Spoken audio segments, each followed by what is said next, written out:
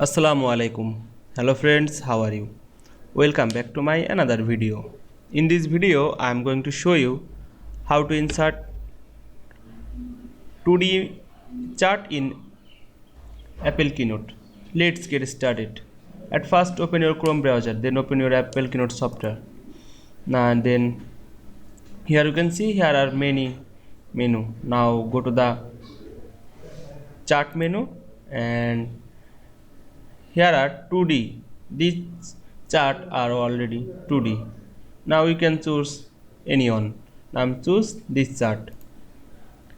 You can decrease increase easily. You can change color. Firstly select the chart and you can select this color. You can add border style this on easily.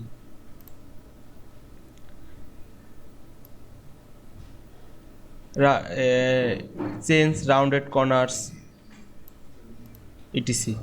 Now you can see insert 2D chart in Apple Keynote very easily. I hope you enjoyed my video. Please like, comment, share and subscribe my channel. Thanks for watching.